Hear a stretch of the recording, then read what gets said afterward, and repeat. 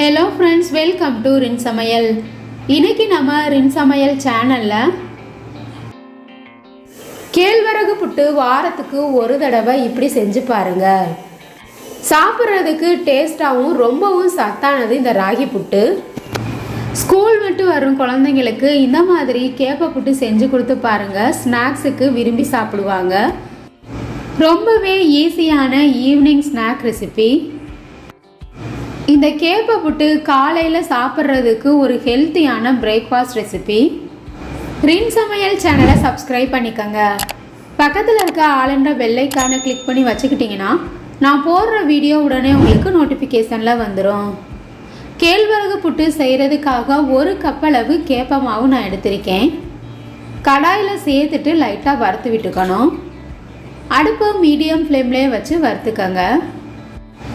கடையில் வாங்கின மாவு அல்லது வீட்டில் அரைச்ச மாவாக இருந்தாலும் இந்த மாதிரி லைட்டாக வறுக்கும்போது மாவில் இருக்க ஈரப்பதம் எல்லாம் போயிடும்.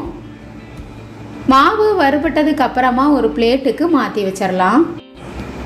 அடுப்பு மீடியம் ஃப்ளேம்லேயே வச்சு வறுத்தோம்னா தான் மாவோட கலர் மாறாமல் இருக்கும். கொஞ்சம் கொஞ்சமாக தண்ணி சேர்த்து மாவை பிசைஞ்சுக்கணும். மாவளந்த கப்பில் ஒரு கப் அளவு தண்ணி சேர்த்துருக்கேன். தேவையான அளவு உப்பு.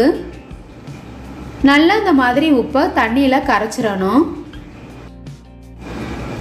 தண்ணியில் கரைச்சிட்டு மாவில் சேர்க்கும்போது உப்பு அங்கங்கே இல்லாமல் ஒரே மாதிரி மாவில் நல்லா மிக்ஸ் ஆயிரும். கொஞ்சம் கொஞ்சமாக தண்ணி சேர்த்து மாவை பிசைஞ்சுக்கலாம். புட்டுக்கு நமக்கு தண்ணி அதிகமாக தேவைப்படாது. தெளித்து தெளித்து பிசைஞ்சுக்கணும். தண்ணி சேர்த்து பிசையும் போது மாவில் சின்ன சின்ன உருண்டைகள் இருக்க மாதிரி இருக்கும். அது எல்லாத்தையுமே நல்லா உதிர்த்துட்டு பிசைஞ்சுக்கணும். இந்த அளவு தண்ணி சேர்த்தா போதும். இதுக்கு மேலே நம்ம தண்ணி சேர்க்க வேணாம். மாவை கொஞ்சமாக கையில் அள்ளி கொழுக்கட்டை பிடிச்சோம்னா கொழுக்கட்டை ஷேப் வரணும். உதிர்த்து விடும்போது இந்த மாதிரி ஈஸியாக உதிரணும். இதுதான் சரியான அளவு. இந்த அளவுக்கு தான் தண்ணி சேர்க்கணும். இதுக்கு மேலே தண்ணி சேர்த்தோம்னா மாவில் தண்ணி அதிகமாயிரும். புட்டு அந்த அளவுக்கு நமக்கு உதிரி உதிரியாக வராது.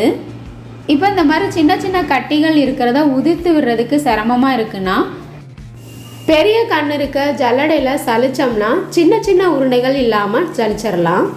மாவளந்த கப்பில் 3/4 கப் அளவு தண்ணி எனக்கு தேவைப்பட்டுச்சு. நான் இட்லி பாத்திரத்தில் தான் புட்டு வேக வைக்க போகிறேன். அதுக்கு இட்லி தட்டில் மேலே இந்த மாதிரி காட்டன் கிளாத்தை விரித்து விட்டுறணும். கிளாத்தை தண்ணியில் நினைக்காம தான் போடணும். அப்போ தான் புட்டு நமக்கு ஒட்டாமல் வரும். பிசைஞ்சு வச்சுருக்க மாவை கொஞ்சம் கொஞ்சமாக அள்ளி இட்லி தட்டில் வச்சிடணும். நான் பிசைஞ்சு வச்சுருந்த புட்டு மாவு ஒரு தட்டுக்கு எனக்கு கரெக்டாக இருந்துச்சு. இப்போ இந்த மாதிரி சின்ன மூட்டையாக கட்டிட்டு அதுக்கப்புறம் வேக வச்சுக்கலாம். இட்லி பாத்திரத்தில் நம்ம இட்லி வேக வைக்கிறதுக்கு எப்படி தண்ணியை கொதிய வைப்போமோ அது மாதிரி நல்லா கொதிஞ்சதுக்கு அப்புறமா புட்டு மாவு எடுத்து இட்லி பாத்திரத்துக்குள்ளே வச்சிடணும். வச்சுட்டு மூடி போட்டு 10லேருந்து 15 நிமிஷம் வரைக்கும் வேக வச்சுக்கலாம். 10-15 நிமிஷமாக மாவு நல்லா வெந்துருச்சு. புட்டு வெந்துருச்சான்னு பார்க்கலாம். கொஞ்சமாக புட்டெடுத்து கையில் இந்த மாதிரி உருட்டி பார்த்தோம்னா உருட்டுறதுக்கு வரணும். இப்போ புட்டு ரெடி ஆயிடுச்சு. வெளியில் எடுத்துடலாம்.